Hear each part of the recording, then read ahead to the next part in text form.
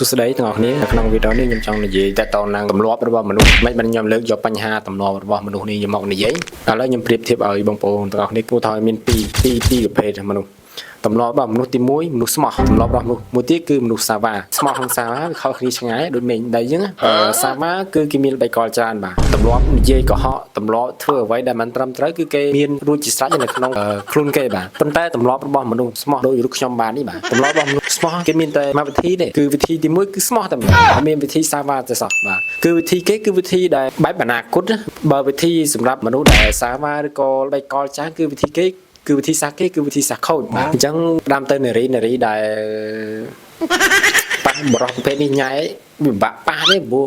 ធម្មតាតែមានគេញ៉ែតែសម្ដីយើងផ្អែមតិចយើងបាក់ចិត្តលើគេមកជាពិសេសមនុស្សស្រីនារីអត់មានវិភាគមើលថាគេនឹងយ៉ាងម៉េចមើល gradient ឬក៏មើល certificate អីគេមានសញ្ញាបត្រតាក់ទងនឹងការសាវ៉ាឬក៏តាក់ទងនឹងភាពស្មោះត្រង់អត់មានចេះមើល check មើលតាមប្រព័ន្ធអ៊ីនធឺណិតទេអត់សម័យឥឡូវមានអីបាទ check មើលតាមប្រព័ន្ធអ៊ីនធឺណិតទៅមើលតែ certificate គេទទួលបាននៅក្នុងដៃសាវ៉ាឬក៏ស្មោះបាទបើមនុស្សស្មោះគឺអត់ពិបាកក្នុងការមើល certificate គេគឺច្បាស់កន្លែងហ្មងបើតែ account profile Facebook មកគឺស្មោះយហ្មងបើមនុស្សសាវ៉ាពិបាករកមើ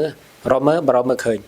សឹងថាអត់មានទៀតអត់មានលើពុកផែនដីទេមនុស្សសាវ៉ាអញ្ចឹងសម្រាប់ទៅនារីដែលប្រុសសម្ដីដែលផ្អែមល្ហែមទុនភ្លុនអីគឺសិតតែសាវ៉ាទេកុំជឿមនុស្សដែលស្មោះត្រង់មនុស្សដែលដូចហេងខ្ញុំនិយាយជឿទៅហេងខ្ញុំត្រូវតែមិនខុសទេជឿចាក់លើខ្ញុំ